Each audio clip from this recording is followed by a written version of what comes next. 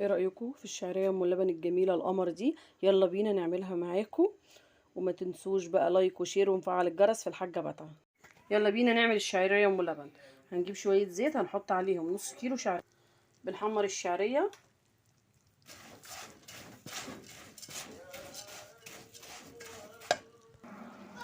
الشعرية اما اتحمرت هننزل بالسكر بتاعنا.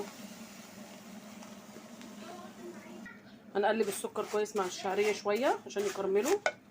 هننزل بالمية الشعرية بتاعتنا. الشعرية معانا لما استوت هنحط بقى اللبن بتاعنا. شايفين شكلها مفلفلة ازاي؟ جميلة جدا. هننزل باللبن بتاعنا. هننزل بمعلقة صغيرة من الفانيليا، وحطينا كمان شوية سكر تاني. الشعرية بتاعتنا لما خلصت هنغرفها معاكم. هنزينها بقى معانا بجوزة الهند والسوداني والزبيب.